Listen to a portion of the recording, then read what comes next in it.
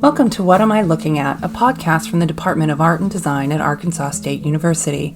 My name is Dr. Leah Long, and I'm a professor specializing in ancient art.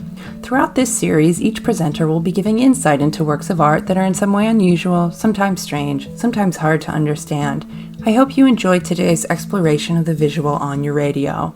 A painting from the early 3rd century AD shows the Roman Emperor Septimius Severus, his wife, and 2 children, Caracalla and Gaeta. Such a dynastic family portrait is entirely familiar to us.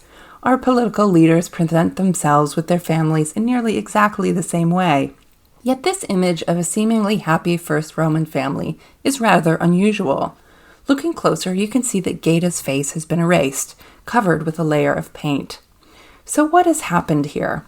Well, murder for one, but also a state-sanctioned practice enacted empire-wide, which made it perfectly acceptable and legal for Caracalla to commit fratricide.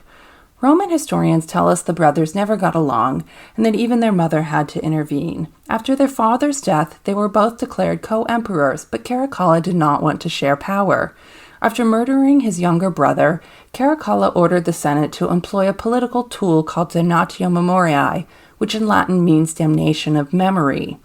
Reserved for the political elite and the emperor, the Senate would declare the subject a hostis, or an enemy of the state, and a prohibition against public representation and mention went into effect.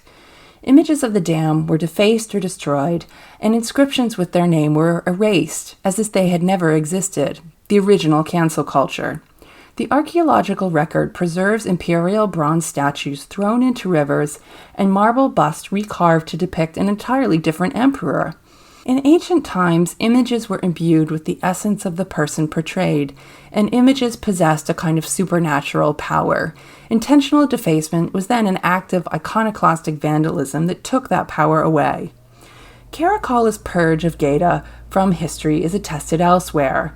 2 public arches in Rome and in their hometown of Leptis Magna in modern-day Libya and North Africa show scenes of the Severan family where Gaeta has been officially scrubbed in much the same way as the painting.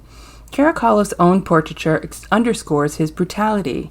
With a furrow in his brow, he is quite literally scowling at you. His scowl is threatening and entirely realistic, someone you do not want to meet in a back alley. Paradoxically, in removing Gaeta from family portraits and visible forms of mutilation, Caracalla actually calls attention to Gaeta, who is very conspicuously absent.